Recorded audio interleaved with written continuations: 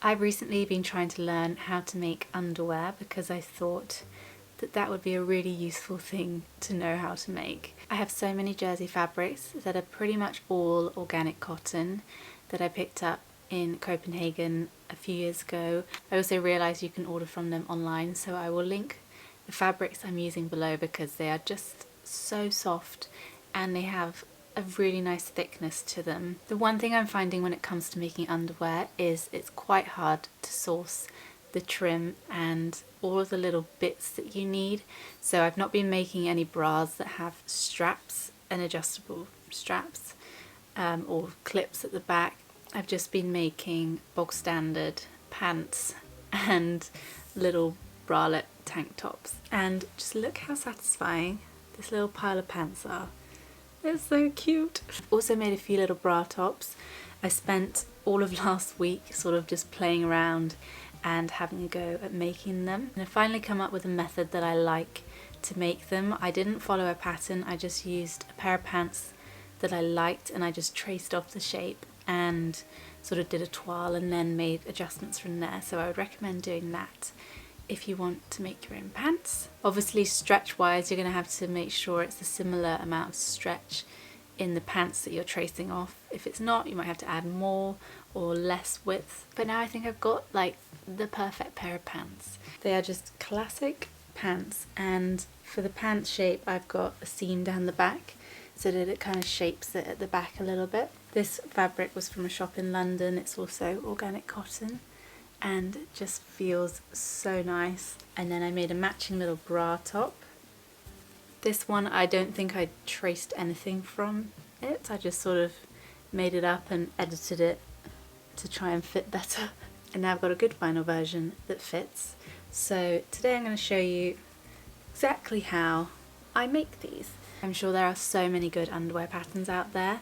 If any of you have made any before and you really enjoyed them, do let me know in the comments down below, and then if you guys are also looking you can see in the comments and hopefully someone will recommend something. I'm not making any underwired bras because they're really not the best for your health, so steering clear of those. I do love the look of underwire bras, and I still own some, but I just never wear them anymore. They're also quite uncomfortable. The main reason why I wanted to make my own underwear is because you can't find all that many nice bra tops in 100% cotton, and if you can then they're usually really expensive, so you could make like 5 out of a metre of fabric probably. So that's what I'm doing. So let me get on and I will show you how I make these. So here are some of the favourite ones I've made so far. I'm going to chat through the fabric and the shape of the pants. So I have the front, which looks a little bit like this, the crotch, which looks like this, and then the back piece, which I attach together at the centre back. So the front one is the only one you have to cut one of, the rest you cut 2. This is my bra pattern. Excuse all the random lines, I'm trying to recycle my pattern pieces. So this is what the front looks like, and this is the back. So they're really simple shapes, so it's definitely very doable at home. You can have a good play around with shapes and just try mocking up one in a similar fabric, maybe one that you don't love as much, to get the perfect fit, and then you can start making endless amounts of pants and bras. So this is what they look like finished. These two I have on the go. This is like step 1 really, just attaching all of the bits together, and then you go ahead and add the trim around the outside and inside the leg. There are many different ways that you can make pants, but I find this one is the easiest, especially for using on my little home sewing machine, because I can't use my industrial machine for stretch fabric. Then this is all of the elasticated trim. I picked this up in Abingdon at Mason's fabric shop. It's just this very pretty, simple little stretch trim. Also got it in white, got it in black. I've used most of that now. And then I have a few other stretch trims. This one It's very pretty. I don't know if I'd attach this one the same way that I do with this lace one. I also have this really fun little frilly one. I loved this gingham one, I couldn't leave it behind, but it's kind of a bit rough, so I don't think I'll be using that for underwear. And then this one was just really cheap. It's a bit boring in a way, but it adds a little bit of interest. This is a bra top I made with that trim to start with, and you have to kind of put it on and then flip it inside out and then stitch it down. So it just adds a really sort of sturdy bit of elastic. But I didn't end up loving that method of adding elastic, so I'm just going to show you my favourite method with the elastic. I'm going to show you how I cut the pattern pieces out. I like to use these weights, pattern weights, to hold the fabric down. And I just try and get as much out of the jersey as I can. So I just need one of this front piece. And then with the crotch, you will only need one of your outer, and you can use something else inside if you want to save your fabric. And then I just use my rotary cutter to cut those out.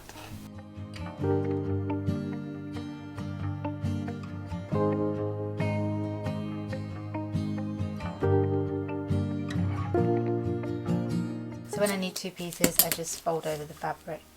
Cut two out at the same time. These pattern weights are also quite useful to stop the ends rolling back, and then you can get a lot more fabric out of the fabric.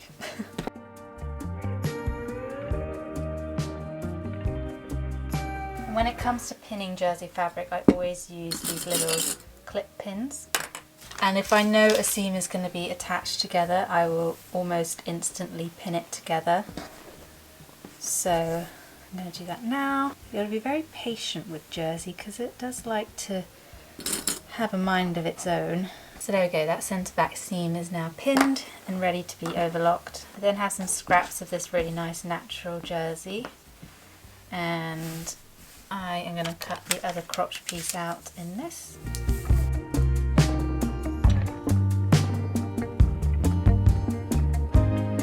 So now we can start assembling. I'm going to use my overlocker to stitch all of these bits together, but you can easily just use a zigzag stitch on your sewing machine if you don't have an overlocker.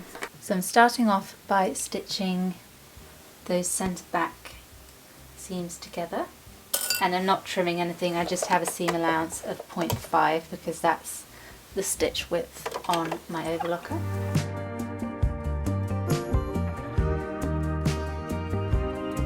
I thought it'd be easier to explain the next seam over here. So what you want to do is you've got the front good side of the pant and the front good side of the crotch that you want, the one you want showing on top, and we're going to place that good sides facing and attach the right side of the natural fabric to the wrong side of the front, and we're going to stitch all the way along that line with the overlocker. And you can just go on to the next step straight away, but I like to take this over to my ironing board and give it a bit of a press, and I'm also going to press the back centre seam open. Okay, so with the back piece I'm just going to press the seam flat first, and then I'll open it up and press that down. And then on the front piece I like to just press this crotch seam away, so I'll start again by just pressing the seam flat, opening it out, pressing it just gives it a really nice neatness and makes it a little bit easier to construct. Next up we're going to do a bit of a burrito method so that we have all of the crotch seams enclosed on the inside. So we've got the right side of the back piece facing. We're going to attach the right side of the back of the crotch to the back piece, Once that's pinned into place, you just want to take the other crotch piece, then you push the fabric up towards that seam, and then you take the other crotch piece and you sort of wrap it around the pant until you've got it all sort of sandwiched in there like that, and you just pin that on top of the bit you just pinned. And then I'm going to go and overlock along that seam. Just overlock that, and then you can just pull out the pant, and there you have an enclosed crotch seam, front and back, looking super neat. So now I'm going to go and press that while the iron's a little bit hot. Now all that's left to do before we add the lace is to attach the side seams.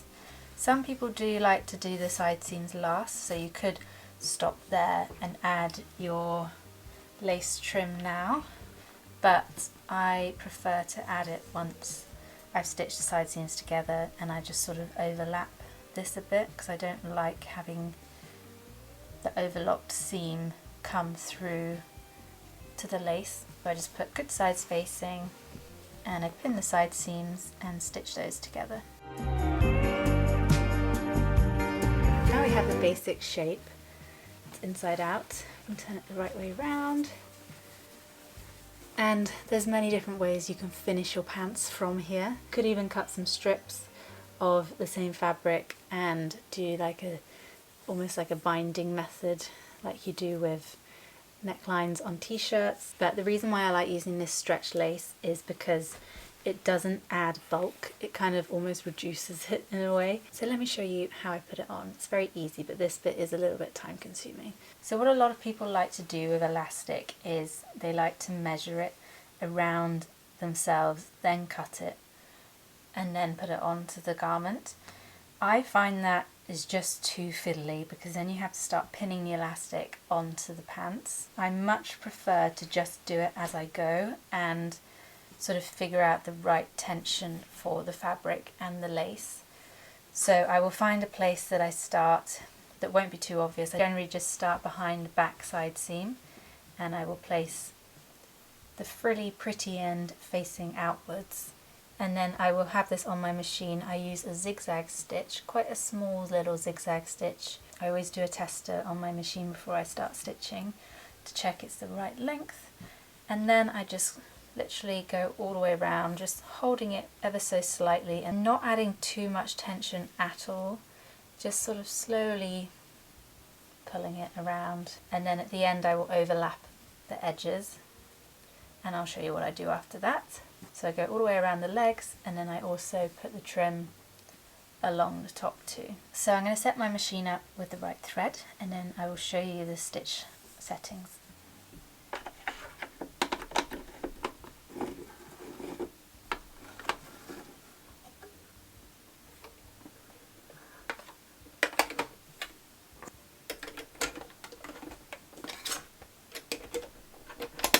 I always take a scrap piece of my fabric. I've got a stretch needle in place. Stretch needles really do make all the difference because they're not trying to puncture fabric, they're just trying to push the fabric out the way because you don't want to break the knit. So that's what the knitted needle is doing. They're almost blunt. And then I'm going to put it on a zigzag setting, and then I change the width of the zigzag to 2 and the length to 1. I think that's what I used previously.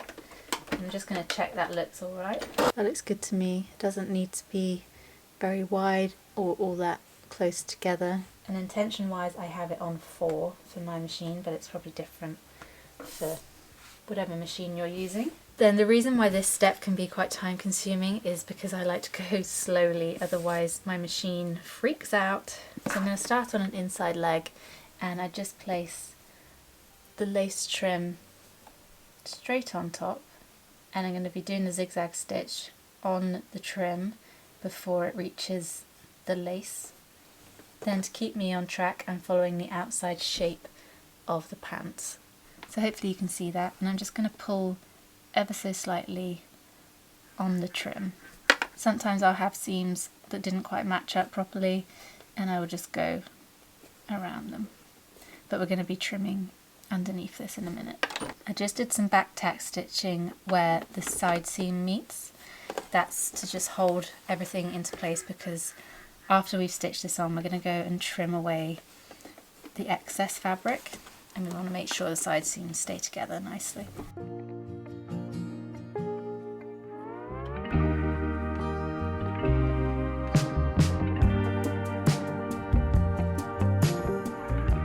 So now we've reached the end of the elastic, and I'm just going to overlap the elastic on top by about 1.5 centimeters, just a little bit, and then I'll trim the excess. So that elastic has now been overlapped, and then you just trim off the end. Don't cut into the stitches, obviously. And I added quite a few back stitches there.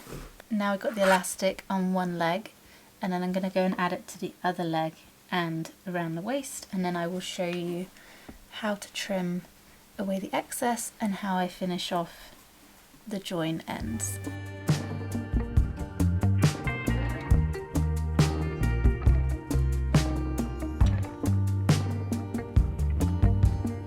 Got the elastic stitched on to the pants, and as you can see, it does not look good right now.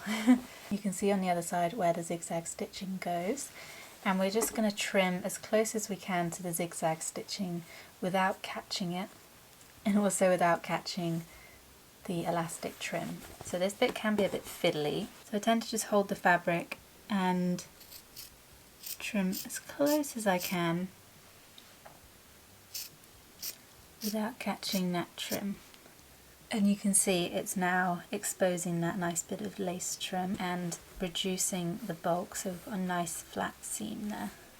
So that's what it will be looking like now, and then we can take this over to the sewing machine once we've trimmed all the other edges, and I just add a few zigzag stitches up and down where the join is with the lace trim. And then go back to the machine and do a zigzag stitch holding those two bits of trim together.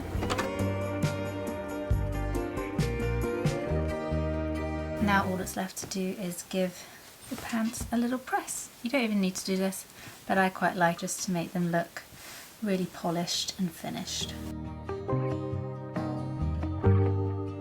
And there we have a finished pair of comfy organic cotton pants.